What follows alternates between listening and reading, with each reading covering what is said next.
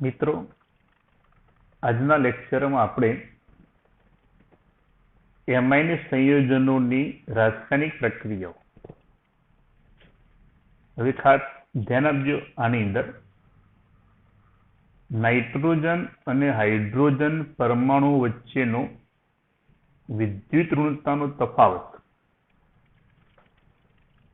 તો આપણે જાણીએ મિત્રો કે નાઇટ્રોજન ની વિદ્યુત ઋણતા હાઇડ્રોજન કરતા હંમેશા વધુ હોય.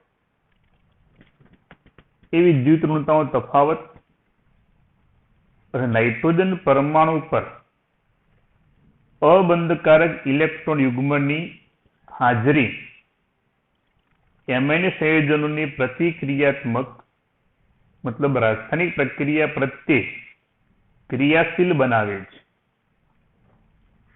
પ્રાથમિક એમાઇન હોય, સૂત્ર થાય RNH2. જેમાં નાઇટ્રોજન પરમાણુ પર અબંધકારક ઇલેક્ટ્રોન યુગ્મ હોય. દ્વિતીયક એમાઇન તો R2NH. નાઇટ્રોજન પરમાણુ પર અબંધકારક ઇલેક્ટ્રોન યુગ્મ હોય. તૃતીયક એમાઇન હોય તો R3N. તેની અંદર પણ નાઇટ્રોજન પરમાણુ પર અબંધકારક ઇલેક્ટ્રોન યુગ્મ છે, જેને કારણે એમાઇન સંયોજનોને પ્રતિક્રિયાત્મક મતલબ રાસાયણિક પ્રક્રિયા પ્રત્યે ક્રિયાશીલ બનાવે છે. નાઇટ્રોજન પરમાણુને જોડાયેલા હાઇડ્રોજન પરમાણુની સંખ્યા એમાઇન સંયોજનોની પ્રક્રિયાનો માર્ગ નક્કી કરે છે. કારણ કે જો પ્રાથમિક એમાઇનમાં નાઇટ્રોજન સાથે 2 H પરમાણુ અને 1 આલ્કાઇલ સમૂહ જોડાયેલો છે. દ્વિતીયક એમાઇનમાં 2 આલ્કાઇલ સમૂહ છે, 1 જ H. જે તૃતીયક એમાઇનમાં 3 આલ્કાઇલ સમૂહ છે. પરિણામે પ્રક્રિયાનો માર્ગ પ્રાથમિક એમાઇન કરતા દ્વિતીયક એમાઇનમાં અલગ હોય, દ્વિતીયક એમાઇન કરતા તૃતીયક એમાઇનની અંદર અલગ જોવા મળે. આથી પ્રાથમિક એમાઇન, દ્વિતીયક એમાઇન, તૃતીયક એમાઇન સંયોજનોની ઘણી પ્રક્રિયાઓ એ જુદા પડે છે. હવે ધ્યાન આપજો. આ ઉપરાંત એમાઇન સંયોજનો અબંધકારક ઇલેક્ટ્રોન યુગ્મની હાજરીના કારણે કેન્દ્રાનુરાગી પ્રક્રિયક તરીકે વર્તે છે. આપણે આગળ પણ સમજાવ્યું કેન્દ્રાનુરાગી પ્રક્રિયક કોને કહેવાય. તો ઋણ આયનો, જેમ કે OH માઇનસ આયન હોય, CN સાયનાઇડ માઇનસ હોય, આવા ઋણ આયનો, NH2 માઇનસ હોય.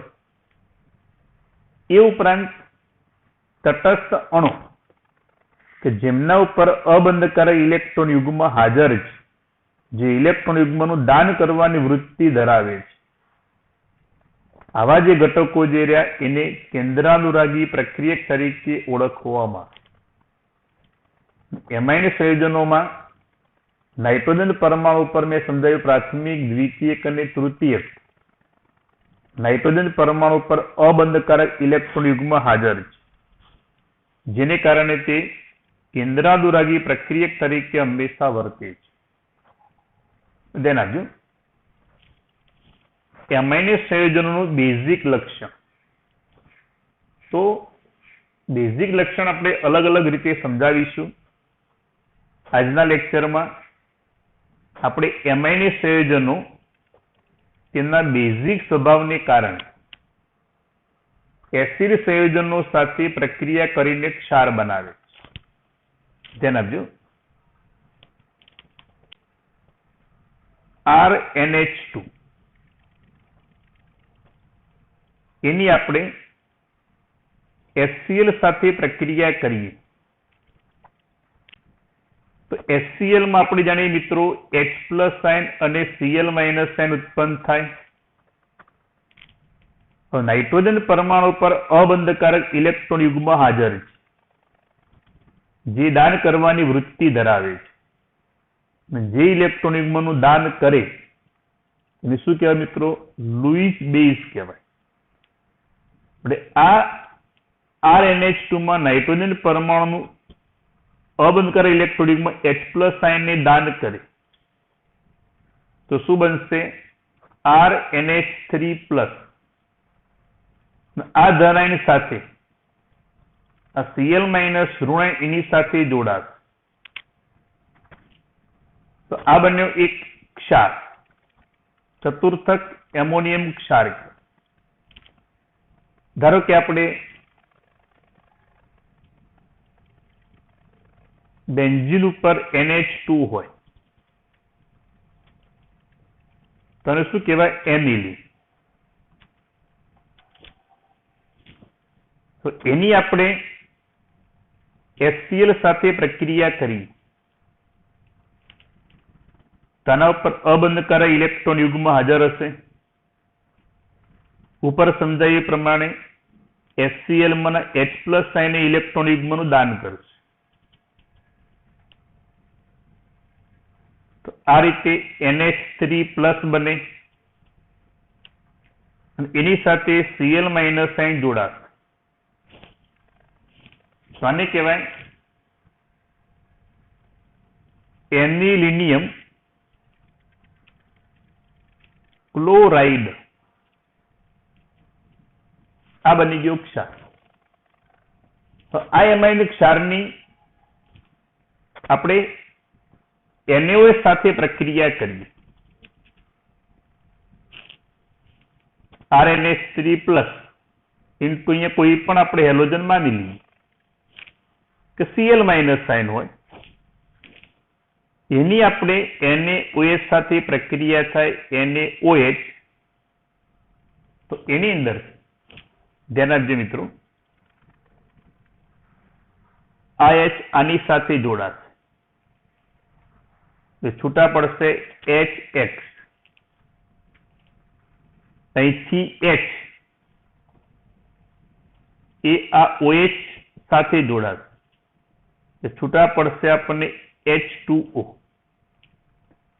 આપણને RNH2 જનક એમાઇન એટલે મૂળ એમાઇન આપણને પાછો મળશે. ધારો કે એનિલિનિયમ ક્લોરાઇડની આપણે NaOH સાથે પ્રક્રિયા કરીએ તેની અંદરથી NaCl છૂટા પડશે. અહીંથી H OH સાથે જોડાઈ H2 સ્વરૂપે છૂટા પડશે. પ્રક્રિયાને અંતે આપણને આ રીતે મૂળ એમાઇન એનિલિન પાછો મળશે. તો આ રીતે એમાઇન સંયોજનો એક ક્ષારની આપણે બેઝ સાથે પ્રક્રિયા કરીએ તો જનક એમાઇન મતલબ આપણને મૂળ એમાઇન જે એ મૂળ એમાઇન આપણને પાછો મળશે. એમાઇન સંયોજનો જે રહ્યા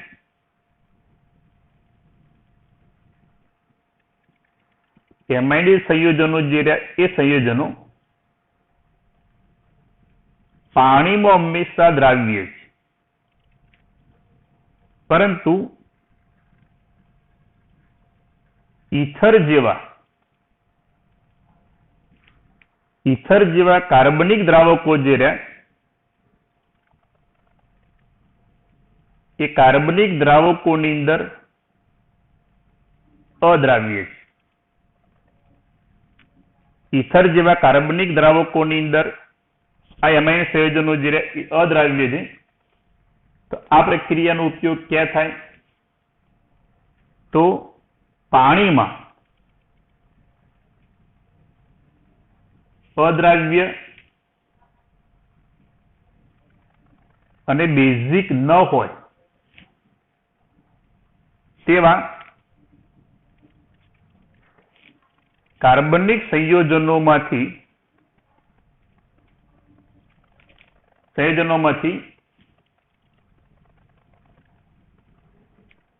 એમાઇન સંયોજનોને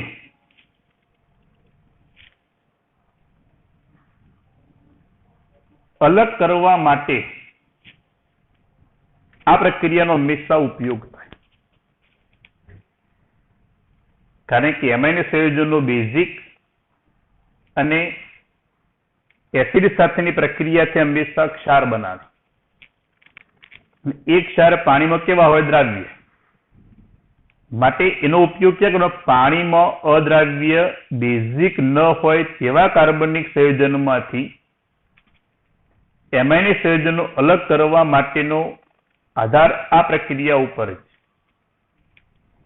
ધારો કે આપણને એક એમાઇન RNH2 આપેલા છે, ઉદાહરણ છે, આ એક કાર્બનિક પદાર્થ છે. આ બંનેનું આપણને મિશ્રણ આપેલું છે. એ મિશ્રણની અંદરથી આપણે એમાઇન જુદા પાડવા છે. તો આની પહેલા આપણે એસિડ સાથે પ્રક્રિયા કરીએ તો આપણને શું મળશે? RNH3+ into Cl- સાઇન મળે. જ્યારે આ ઘટક HCl સાથે પ્રક્રિયા કરતો નથી, એ ઘટક પાણીમાં અદ્રાવ્ય છે. તો આ બંનેના મિશ્રણને આપણે પાણીમાં નાખીએ તો આ પાણીમાં ઓગળી જશે. તો એ ઘટક પાણીમાં કેવો હશે? અદ્રાવ્ય. તો ગાળણ ક્રિયાથી આપણે આ કાર્બનિક સંયોજન એને આપણે એમાઇનથી અલગ કરી શકાય. તો આ પ્રક્રિયાનો ઉપયોગ આવા એમાઇન સંયોજનોને કાર્બનિક સંયોજનમાંથી અલગ કરવા માટે હંમેશા એનો ઉપયોગ થાય છે. ખાસ હવે ધ્યાન આપજો મિત્રો, એમાઇન સંયોજનો આપણે સમજાવ્યું એસિડ સાથેની પ્રક્રિયાથી એમોનિયમ ક્ષાર બનાવે છે. માટે સ્વભાવ કેવા કહેવાય? બેઝિક. એમાઇન સંયોજનો નાઇટ્રોજન પરમાણુ પર અબંધકારક ઇલેક્ટ્રોન યુગ્મ હાજર છે. અબંધકારક ઇલેક્ટ્રોન યુગ્મની હાજરીને કારણે એ લુઈસ બેઝ ગુણધર્મ ધરાવે. મેં સમજાવ્યું આગળ કે એમાઇન સંયોજનો જે રહ્યા એ એસિડ સાથેની પ્રક્રિયાથી શું બનાવશે? ક્ષાર બનાવશે. જે દર્શાવે છે કે એમાઇન સંયોજનો સ્વભાવ બેઝિક. એમાઇન સંયોજનો કેમ બેઝિક? તો નાઇટ્રોજન પરમાણુ પર અબંધકારક ઇલેક્ટ્રોન યુગ્મ હાજર છે. અબંધકારક ઇલેક્ટ્રોન યુગ્મ હાજરીને કારણે એ બેઝિક લક્ષણ ધરાવે છે. આપણે અહીંયા બેઝિક લક્ષણ એના કેબી ના મૂલ્યને આધારે કેબી અથવા પીકેબી ના મૂલ્યને આધારે નક્કી કરી. ધ્યાન આપજો. RNH2 એની આપણે પાણી સાથે પ્રક્રિયા કરીએ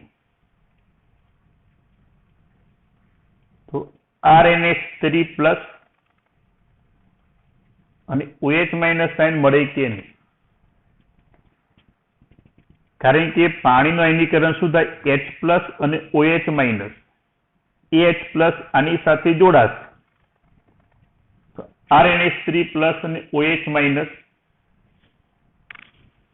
જલીય માધ્યમમાં સંતુલન સ્થપાયેલું હશે તો સંતુલન અચળાંક K બરાબર આવું લખાય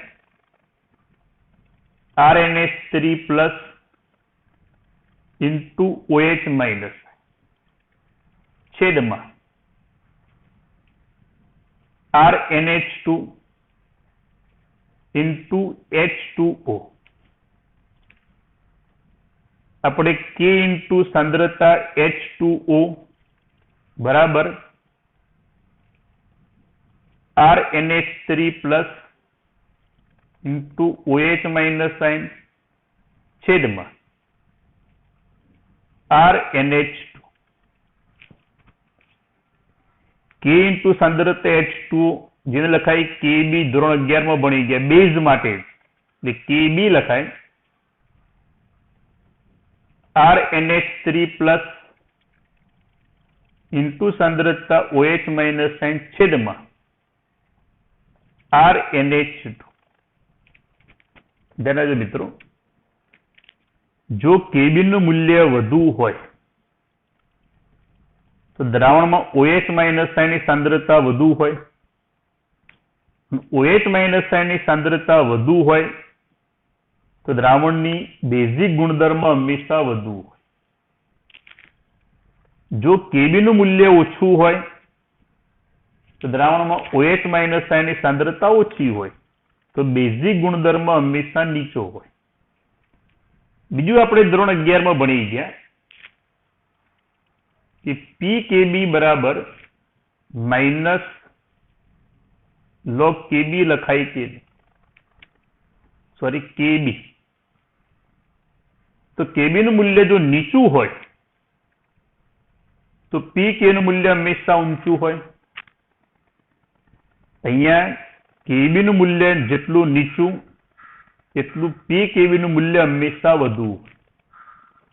તો ધ્યાન આપજો, આપણે આગળ સમજાય કેબી, જો કેબી નું મૂલ્ય વધુ હોય તો સામે પી કેબી નું મૂલ્ય કેવું હશે? નીચું। તો એ દ્રાવણનો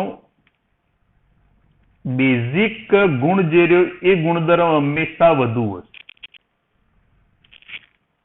ધ્યાન આપજો, કેબી નું મૂલ્ય ઊંચું હોય અથવા પી કેબી નું મૂલ્ય નીચું હોય તો બેઝિક ગુણધર્મ હંમેશા વધુ હોય, પરંતુ કેબી નું મૂલ્ય નીચું હોય અથવા પી કેબી નું મૂલ્ય ઊંચું હોય તો બેઝિક ગુણધર્મ જે રહ્યો એ બેઝિક ગુણધર્મ હંમેશા ઓછો હોય। સમજાય મિત્રો?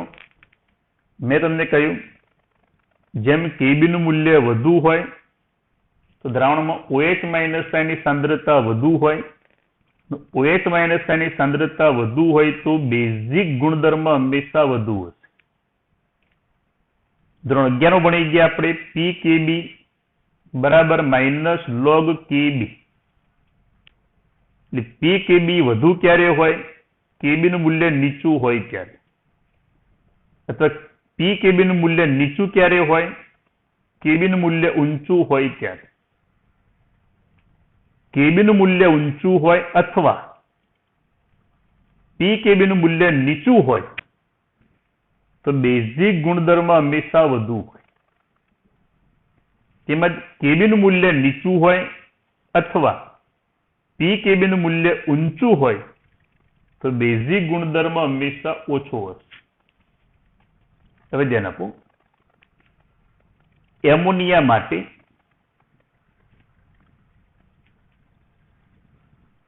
પી કેબી નું મૂલ્ય 4.75 છે, જ્યારે એલિફેટિક એમાઇન માટે પી કેબી ના મૂલ્યો એ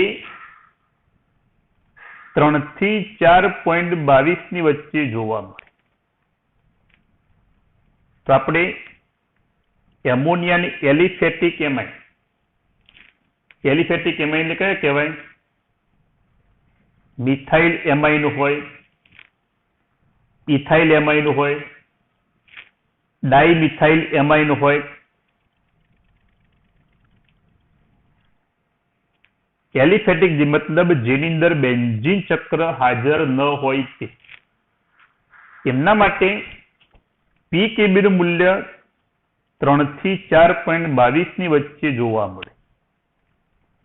જે એમોનિયા કરતા એલિફેટિક એમાઇનમાં પી કેબી નું મૂલ્ય જે એ પી કેબી નું મૂલ્ય નીચું છે। મેં સમજાયું, પી કેબી નું મૂલ્ય નીચું હોય તો બેઝિક ગુણધર્મ કેવો હોય? વધુ। તો એમોનિયા કરતા એલિફેટિક એમાઇનની બેઝિકતા હંમેશા વધુ હોય। આનું કારણ શું? ધારો કે CH3NH આલ્કાઇલ એમાઇન કહેવાય। તો આલ્કાઇલ એમાઇન એ પ્લસ આઈ એટલે ધન પ્રેરક અસર દર્શાવે। ધન પ્રેરક અસર દર્શાવે મતલબ આલ્કાઇલ સમૂહ નાઇટ્રોજન તરફ ઇલેક્ટ્રોનની દાન કરશે। નાઇટ્રોજન તરફ ઇલેક્ટ્રોનનું દાન કરે તો નાઇટ્રોજન પરમાણુ પર ઇલેક્ટ્રોનની ઘનતા જે રહી ઇલેક્ટ્રોનની ઘનતા વધી જાય। નાઇટ્રોજન પરમાણુ પર ઇલેક્ટ્રોનની ઘનતા વધે તો સરળતાથી દાન કરી શકે, માટે બેઝિક ગુણધર્મ હંમેશા વધી જાય। એમોનિયામાં શું હતું કે નાઇટ્રોજન સાથે 3 H પરમાણુ જોડાયેલા છે। માટે અહીંયા પ્રેરક અસર જોવા મળશે નહીં. એલિફેટિક એમાઇનમાં નાઇટ્રોજન પરમાણુ સાથે આલ્કાઇલ સમૂહ જોડાયેલો છે, જે પ્લસ આઈએસઆર મતલબ ધન પ્રેરક અસર દર્શાવે, જે નાઇટ્રોજન તરફ ઇલેક્ટ્રોનનું દાન કરે, ઇલેક્ટ્રોનની ઘનતા નાઇટ્રોજન તરફ પ્રસાર કરે, જેથી નાઇટ્રોજન પરમાણુ પર ઇલેક્ટ્રોનની ઘનતા વધે તો સરળતાથી ઇલેક્ટ્રોન યુગ્મનું દાન કરે, માટે બેઝિક ગુણધર્મ હંમેશા વધી જાય. માટે એમોનિયા કરતા એલિફેટિક એમાઇન સંયોજનો એ વધુ બેઝિક જોવા મળે, જ્યારે એરોમેટિક એમાઇન સંયોજનો જેમ કે બેન્ઝીન ઉપર આ રીતે NH2, બેન્ઝીન ચક્ર મતલબ એરોમેટિક, એ -I અસર દર્શાવે. તો -I અસર દર્શાવે તો એ નાઇટ્રોજન પરમાણુ તરફથી બેન્ઝીન ચક્ર તરફ ઇલેક્ટ્રોનનું પ્રસાર થાય. તો બેન્ઝીન તરફ નાઇટ્રોજનના ઇલેક્ટ્રોનને પોતાની તરફ આકર્ષે, પોતાની તરફ આકર્ષે તો અહીંયા નાઇટ્રોજન પરમાણુ પર ઇલેક્ટ્રોનની ઘનતા ઘટે. ઇલેક્ટ્રોનની ઘનતા ઘટે તેનો લુઈસ બેઝ ગુણધર્મ હંમેશા ઘટે. માટે એરોમેટિક એમાઇનની બેઝિકતા એમોનિયા કરતા હંમેશા ઓછી હોય. સૌથી વધુ બેઝિક કોણ? Aliphatic amine. એના કરતા એમોનિયાની બેઝિકતા ઓછી, અને તેના કરતા એરોમેટિક એમાઇન બેઝિકતા સૌથી ઓછી. સમજાય મિત્રો? આપણે એમોનિયા, એલિફેટિક એમાઇન, એરાઇલ એમાઇનની બેઝિકતાની એ સરખામણી કરી કે કોની બેઝિકતા વધુ હશે ને કોની બેઝિકતા ઓછી હશે. એલિફેટિક એમાઇનમાં આલ્કાઇલ સમૂહ કઈ અસર દર્શાવે? ધન પ્રેરક અસર દર્શાવે. જે નાઇટ્રોજન તરફ ઇલેક્ટ્રોનની ઘનતાને હંમેશા પ્રસાર કરે, જેથી નાઇટ્રોજન પરમાણુ પર ઇલેક્ટ્રોનની ઘનતા વધી જાય તો સરળતાથી ઇલેક્ટ્રોન યુગ્મનું દાન કરે, એટલે બેઝિક ગુણધર્મ વધી જાય. એમોનિયામાં નાઇટ્રોજન પરમાણુ સાથે 3 H પરમાણુ જોડાયેલા છે, એટલે એમાં ધન પ્રેરક અસર જોવા મળશે નહીં. જ્યારે એરોમેટિક એમાઇનમાં અથવા એરાઇલ એમાઇનમાં એરોમેટિક સમૂહ -I અસર દર્શાવે, જે નાઇટ્રોજનના ઇલેક્ટ્રોનને પોતાની તરફ હંમેશા આકર્ષે. માટે નાઇટ્રોજન પરમાણુ પર ઇલેક્ટ્રોનની ઘનતા જે રહી એ ઘનતા હંમેશા ઘટી જાય, માટે એમની બેઝિકતા હંમેશા ઘટે. હવે એલિફેટિક એમાઇન એમોનિયા કરતા વધુ બેઝિક હોય, જે એરોમેટિક એમાઇન એમોનિયા કરતા એમની બેઝિકતા હંમેશા ઓછી હોય, જેમના pKb ના મૂલ્યો 4.75 કરતા હંમેશા વધુ હોય. પણ પ્લસ ISR ને -ISR ના આધારે એમાઇન સંયોજનોના Kb ના મૂલ્યો અર્થઘટન કરવાની અંદર કેટલીક વિસંગતતા ઉત્પન્ન થાય છે. કારણ કે એમાઇન સંયોજનોની બેઝિકતા જે રહી એ માત્ર +ISR ને -ISR ને આધારે Kb નું મૂલ્ય નક્કી થાય, એમાં ઘણી બધી વિસંગતતા ઉત્પન્ન થયેલી હોય. પરિણામે કેટલીક અન્ય અસરો જે જોવા મળે, +ISR -ISR ઉપરાંત દ્રાવક યોજન, જેને કહેવાય સોલ્વેશન, જે પાણી સાથે જ્યારે પ્રક્રિયા કરે ત્યારે એની અંદર બીજા અવકાશી અવરોધ ઉત્પન્ન થાય. એ અવકાશી અવરોધ વગેરે પરિબળો જે રહ્યા એ એમાઇન સંયોજનોની બેઝિકતા ઉપર હંમેશા અસર કરે છે. દ્રાવક યોજન, અવકાશી અવરોધને કારણે એમાઇનની બેઝિકતામાં શું ફેરફાર થાય એ મિત્રો આપણે આવતા લેક્ચરમાં સમજીશું. એના પહેલા આ એમાઇનની બેઝિકતા જે આપણે Kb અને pKb ના મૂલ્યને આધારે નક્કી કરી સમજાવી, એ ખાસ તૈયાર કરી દેજો. ઓકે મિત્રો.